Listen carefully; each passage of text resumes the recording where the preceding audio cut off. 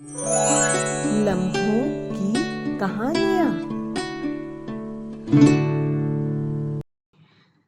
नमस्कार दोस्तों, लम्हों की कहानियाँ चैनल में पुनः आप सभी का स्वागत है। दोस्तों, एक पिता को अपने बड़े होते बच्चों व परिवार की चिंता उसके बुढ़ापे में भी रहती है और वह अपनी हर संभव कोशिश करके भविष्य में भी होने वाली अनेक संभावित समस्याओं से अपने बच्चों को दूर रखने की कोशिश भी करता है। वह परिवार में प्यार व एकता बनाए रखने की कोशिश भी करता है। कैसे? आइए इस कहानी में सुनते हैं, जिसका नाम है अंतिम निर्णय। दोस्तों, अगर आपने अभी तक मेरा चैनल सब्सक्राइब नहीं किया है तो कृपया कर लीजिए और हाँ, लाइक व शेयर करना ना भूलें। आइए कहानी शुरू करें। सुखलाल जी के 75वें जन्मदिन पर घर में बहुत धूमधाम थी। सुबह कथा पूजा व शाम को पार्टी भी थी, जिसमें सभी खास रिश्तेदार व मित्र आमंत्रित थे। पत्नी व बच्चों तथा नाती पोतियों ने मिलकर बहुत अच्छे से सुखलाल जी का जन्मदिन मनाया। जन्मदिन के अगले दिन जब सभी अपने अपने काम में व्यस्त थे, तब सुखलाल जी भी आराम कुर्सी में बैठकर अपने जीवन के 75 सालों का मूल्यांकन कर रहे थे। वे संतुष्ट थे कि किस प्रकार सही सोच व योजना अनुसार कार्य करके उन्होंने न सिर्फ अपना बल्कि संपूर्ण परिवार का जीवन सुखी बनाने का प्रयास किया।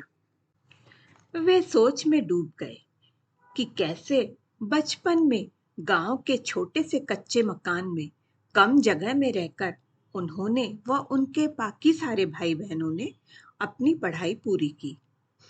फिर बहनें तो शादी के बाद अपने ससुराल चली गई, वह भाई शहर में आके रहने लगे। तब कुछ ही सालों में सुखलाल जी के जोर देकर कहने पर व प्रयास करने पर सभी भाइयों बहनों ने अपने अपने घर बनवाए। वरना तो सभी भाई बहन सोचते थे कि रिटायरमेंट के बाद तो गांव ही जाकर रहेंगे। बाद में सभी भाई बहन सुखलाल जी के प्रयासों की सराहना भी करते थे कि उन्हीं के कहने पर सबके अपने अपने घर बने, वरना गांव के घर पे रहना तो अब संभव भी नहीं था। हाँ, गांव के घर की मरम्मत कराकर उसे फार्म हाउस जैसा रूप जरूर दे दिया था, ताकि अपने घर, अपने पुश्तैनी गांव से सभी का जुड़ाव बना रहे। सुखलाल जी ने स्वयं भी अपना मकान बनवाया तो तीनों बेटों और स्वयं पति पत्नी के रहने के हिसाब से बनवाया। फिर धीरे धीरे सारे सुख सुविधा के साधन भी जोड़े। जो अभाव व घर में जगह की कमी उन्होंने देखी थी, अब परिवार में कोई और देखे ऐसा वो नहीं चाहते थे। यही सोचकर एक आरामदायक व खुला खुला घर उन्होंने बनवाया था और अब कई सालों से अपने भरे पूरे परिवार, बेटों पोते पोतियों के साथ आनंद पूर्वक रह रहे थे। वे आधुनिक विचारधारा के साथ साथ पारंपरिक मूल्यों को भी साथ में लेकर चलने के पक्ष में थे। कैसे तीनों पीढ़ियों में सामंजस्य बना रहे, ये उन्हें बखूबी पता था। एक ओर वो पत्नी को पुरानी अर्थहीन परंपराएं या अंधविश्वास से दूर रखने की कोशिश करते, वहीं बहू बेटों व पोते पोतियों को अपने भारतीय रहन सहन व संस्कृति से जोड़ के रखने की कोशिश भी करते। उन्हें भारतीय खान पान, व्रत त्योहारों की विशेषताएं व उनका वैज्ञानिक आधार भी बताते। परिवार में सभी सुख शांति से रहें, यही उनकी कोशिश रहती। परिवार में कोई मनमुटाव न हो, इसके लिए उन्होंने घर में एक सुझाव पेटी भी बनाकर रखी थी। घर में अगर किसी को भी कोई भी शिकायत हो या कोई सुझाव हो, तो वो निसंकोच अपनी बात लिखकर उस सुझाव पेटी में डाल सकता था, ताकि बिना किसी लड़ाई झगड़े के उसका निदान किया जा सके। परिवार हित की कोई सलाह हो तो उसे भी वो अवश्य अपनाते। घर के बड़े छोटे सभी सदस्यों के साथ घर काम में भी सहयोग करते, घर के बच्चों और बहुओं को अपने रुचि अनुसार कार्य करने को प्रेरित करते। वह घर या बाहर अच्छा काम करने पर उन्हें पुरस्कार भी देते। इसी कारण कई सालों से अड़ोस पड़ोस, परिचित व रिश्तेदारों के बीच उनका परिवार माना हुआ सभ्य परिवार था। सबके बीच लोग सुखलाल जी का उदाहरण देते व उनसे प्रेरणा भी लेते थे। लेकिन अब समय के साथ साथ बच्चों के नौकरी व्यवसाय में तरक्की के साथ साथ सुखलाल जी को लगने लगा कि अब उनका ये प्यारा सा घर भी छोटा पड़ने लगा है। बड़े होते पोते पोतियों को अपने रुचि अनुसार काम करने के लिए जगह की कमी महसूस हो रही है। किसी को शांति पसंद तो किसी को चहल पहल। कोई सुबह जल्दी उठकर योगा करना चाहता तो कोई देर रात तक संगीत सुनना पसंद करता। सुखलाल जी घर में हो रही इन हलचलों को महसूस कर पा रहे थे और आज वो ये भी सोच रहे थे कि अभी तक तो सब खुशी खुशी साथ रह रहे हैं, पर अब समय आ गया है कि तीनों बेटों के स्वयं के अपने घर हों। अगर वे सोच रहे हैं तो ठीक, वरना मुझे तो बात करनी ही पड़ेगी। वे अब तक ये भली भांति जान चुके थे कि स्वयं का मकान होने से व्यक्ति कितना सुरक्षित महसूस करता है, वह उसमें कितना आत्मविश्वास होता है। छोटा हो या बड़ा, यदि संभव हो तो अपना एक मकान तो होना ही चाहिए। तभी पत्नी ने आकर कहा, आज किस सोच में डूबे हैं आप? वे बोले, तुम कुछ दिन पूर्व कह रही थी ना कि छोटा बेटा मकान बनवाना चाहता है। पत्नी बोली, हाँ, कुछ बात तो कर रहा था वो।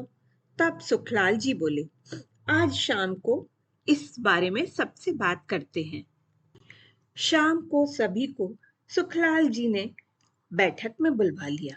फिर बोले, समय व परिस्थिति के अनुसार एक महत्वपूर्ण निर्णय लेने का समय अब आ गया है तथा सुझाव पेटी में मिले कुछ सुझावों पर भी मैंने गौर किया है। अब मेरे तीनों बेटे सक्षम व समझदार हो गए हैं। पोते पोतियों को भी कच्ची उम्र में जो प्यार व संस्कार देना था वह मैंने व तुम्हारी माँ ने दे दिए। अब आगे का रास्ता दिखाने की जिम्मेदारी उन बच्चों के माता पिता की है। एक सभ्य, सुसंस्कृत और प्यारे से परिवार के लिए मैं ईश्वर को दिल से धन्यवाद कहता हूँ। इतने सालों से हमारा पूरा परिवार सुख दुख हर परिस्थिति में साथ है, पर समय के साथ साथ इतने लोगों की एक ही जगह सही व्यवस्था होना अब कुछ मुश्किल लग रही है। सही होते हुए भी परिस्थितिवश सबके विचार भी अलग अलग होते जा रहे हैं। तो अब घर में एकता बनी रहे, घर की शांति भंग न हो, इसलिए मैं चाहता हूं कि तुम तीनों के अब अपने अपने घर बन जाएं। इससे तुम तीनों के साथ साथ मुझे भी खुशी व मन में संतोष रहेगा। संभव हो तो पास पास, वरना दूर भी घर हो तो कोई बात नहीं। रही बात मेरी और तुम्हारी माँ की, तो ये घर तो है ही, फिर जब जहां मन होगा हम वहीं रह लेंगे। इससे हमारी एक रास्ता भी दूर होगी और जब मन चाहा मिल भी लेंगे। मेरे जीते जी मेरी सहमति से ये होगा तो बाहरी लोग भी कुछ नहीं कहेंगे। आगे तुम लोग एक दूसरे का सहयोग करके मिलजुल कर रहोगे तो प्राण त्यागते वक्त मैं भी संतुष्ट रहूंगा।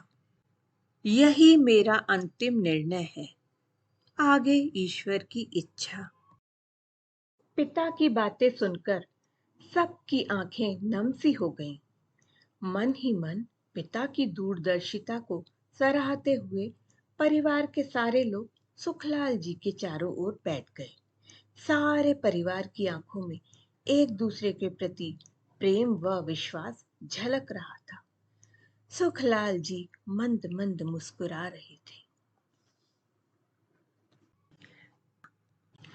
तो देखा आपने, एक पिता की चिंता माँ से भी कुछ ज्यादा ही दूरदृष्टि वाली रहती है।